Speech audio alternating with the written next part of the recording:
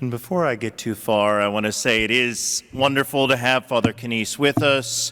I've known him for many years, and some of our longtime parishioners and longtime viewers may remember him. He was here about 3 years ago when we invited him to talk a little bit about his little brother Jared and the stories of the Jared boxes.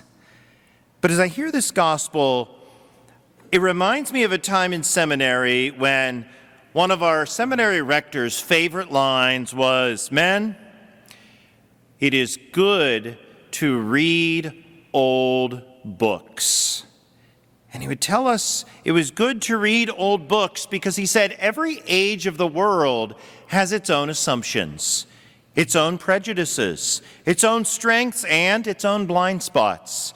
And sometimes when we read something from a different era, from a different time, it gives us a glimpse into our own assumptions and prejudices and blind spots. Some things that were true and obvious 1,000 years ago are confused today. And other things that are confused 1,000 years ago are perfectly clear today. And with that in mind, over the last few months, as we've been working with our convert classes, both here at the parish and my class at the prison, with what's now called OCIA, or the Order of Christian Initiation of Adults, that used to be called RCIA, I find it striking because generally, in years gone by, most of the folks we had coming to the faith had some distant connection to the church. Maybe it was the spouse of a parishioner who had been coming for years and kind of knew what was going on, or their grandparents had been Catholic and they had kind of been raised around the faith, but their basic worldview and assumptions were all of the Catholic Church. And yet, now, I'm starting to see some converts coming from non-Christian religions, from other faiths, and it's a wildly different thing. Because some of their most basic assumptions are different. And I find the basic assumption in our world for most of us is, the basic question is there a God? And is there a God who actually acts in the world? When I talk to many non-Christians who are looking at the church, they ask a very different question, equally valid, but very different. They ask, is God good? Is there a good God? And I think in years gone by, we talked a lot about the idea of hell. The idea, and sometimes it was made to feel like when we talked about hell and final judgment, like there was a God up there looking down at us, watching our every little move, and if you did any one thing wrong, you were going to get smacked down for it, and when you got smacked down for it, you were getting sent to the bad place. And yet, that idea would have been very foreign to the Jewish people of ancient times, because they were a people who had lived their whole lives under oppression. They were slaves under the pharaohs in Egypt. They were taken out into exile by the Assyrians, by the Babylonians, then by the Romans, and they were always living under somebody else. And so the great promise was that the great God would come and set his people free. And that freedom meant free to finally worship God the way they had always wanted to. They had been always trying to do this, and now, finally, they would be free to embrace God fully. And I think it really hit me the first time I read the book, Uncle Tom's Cabin, because I heard those same concepts about America. And here were a people who were in real danger, real suffering, who were slaves in the U.S. and knew somehow they had discovered there was a God who loved them. And that God was promising deliverance. They would give anything for this incredible, great king who had loved them first, walked the road before them, and was coming to save them. You see, when I think of how different those ideas are, it clues me in a little on how today's feast of Christ the King is a hard one for us to come to terms with as Americans. Because there is nothing more fundamental to the idea of being an American than we live in a free country.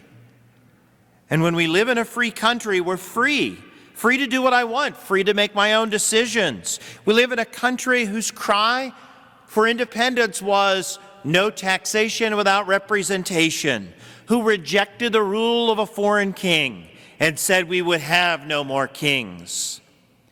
But there is a downside if we take that to the extreme.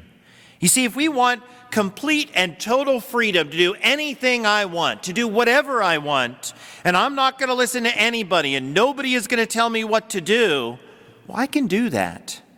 But if I choose to do that and say, nobody, I'm not going to listen to what anybody tells me what to do, and nobody has to listen to me, the problem is that's going to be a pretty lonely existence. Because who wants to spend time with someone who doesn't listen to them? Who wants to spend time with someone who isn't listened to? And in fact, there was one who decided he didn't need to listen to anyone. He was going to be the master of his own destiny, and nobody was going to tell him what to do. And he even went as far as to telling God himself that he wasn't going to tell him what to do. And that person is the one we call the devil. Think of that. As one priest I know once put it, you could put it this way: the theme song of The Road to Hell is sung by Frank Sinatra. I did it my way. And I think when we understand that, and if we're honest about that reality, it's a lonely way to live, trying to do everything my way. But it tells us a lot about this feast day.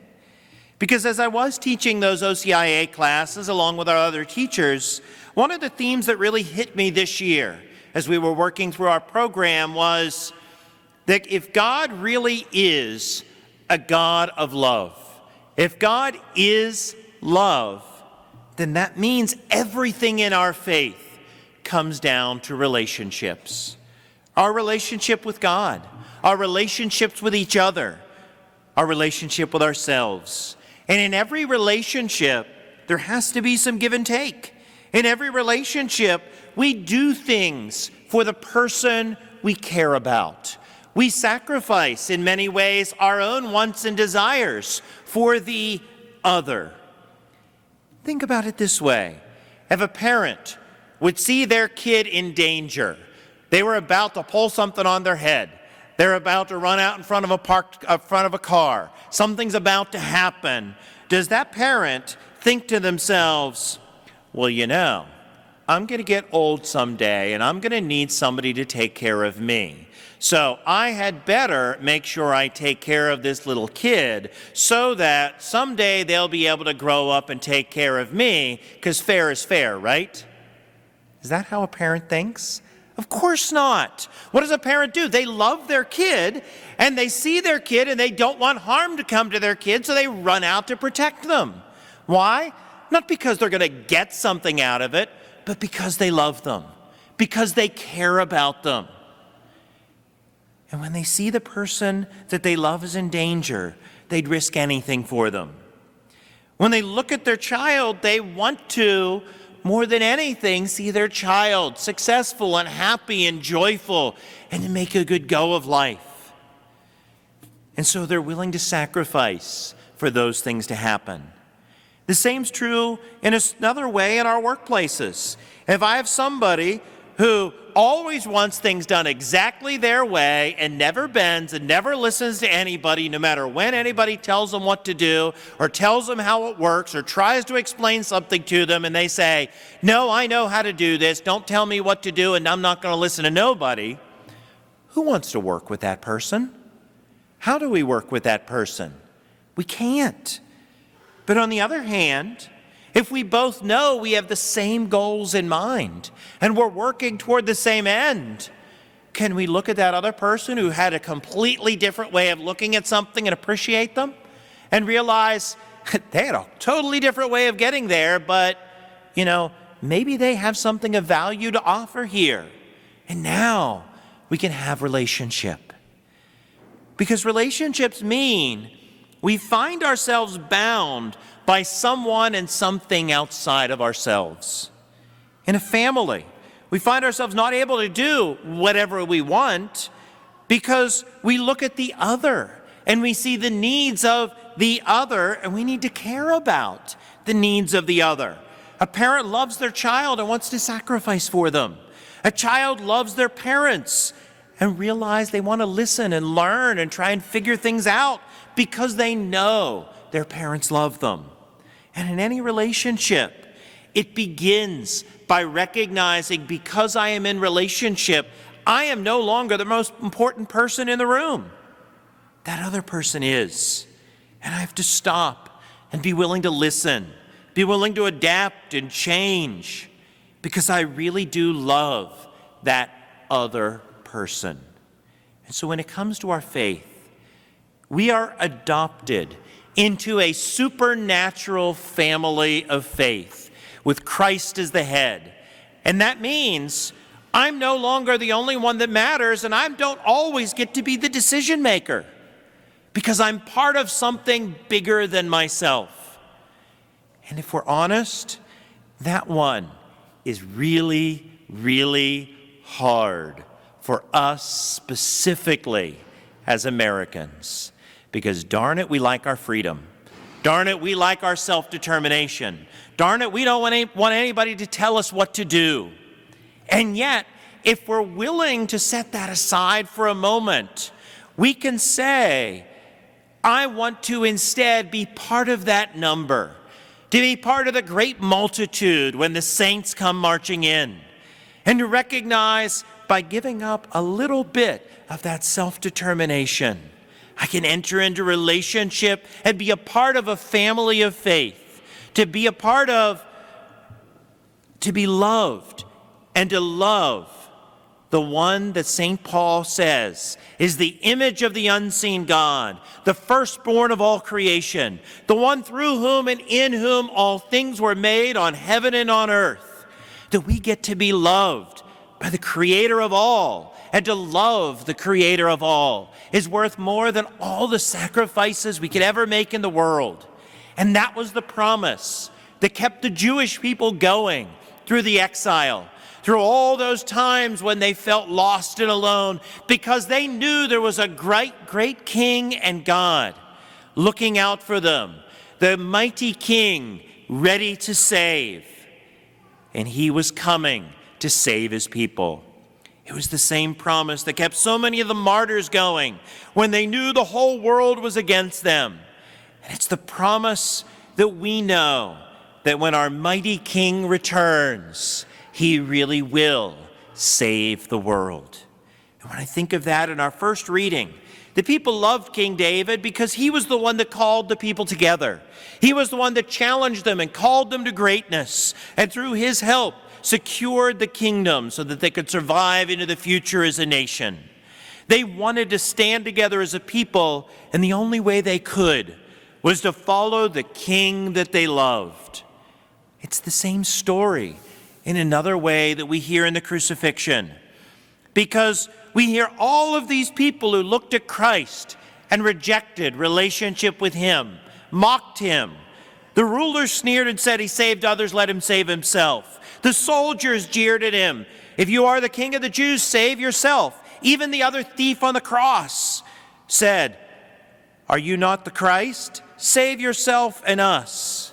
And it was St. Dismas on the other side who recognized who Jesus really was, who knew that he had not only the power to save him, but loved him enough to do it, who looked out at that crowd and rebuked them and said, have you no fear of God? We know why we are here, but he did nothing. He did this out of love for us, and turned to Christ and said, Lord, remember me when you come into your kingdom. He believed that Jesus not only had the power to save him, but loved him enough that he would. And I think the one that really hit me was in working with those RCIA groups a while back, the first time I encountered a guy who grew up as a Norse pagan, worshiping Thor and Odin. I remember him telling me, for us, Thor doesn't care about me. Odin doesn't care about me. My whole religion's about I got to make myself useful so that they might take me along when they've got some other business to do. And I realized, hearing that, how different from all of that is Jesus Christ. Jesus Christ doesn't need anything from us. He's God. But he chose to love us, to become one of us as a little child, and to grow and become one of us so that ultimately he could give his very life for us. How is it for us? Are we more concerned with our freedom and independence, if that leaves us completely alone? Or are we prepared to enter into the family of Christ and become servants of the one true King? Yes, this may mean things need to change about our lives. We may need to work to listen to others. But if it means being in a relationship with the great King who has loved us from eternity and come to save the world, the King who loved us so much, he gave his very life for us on a cross.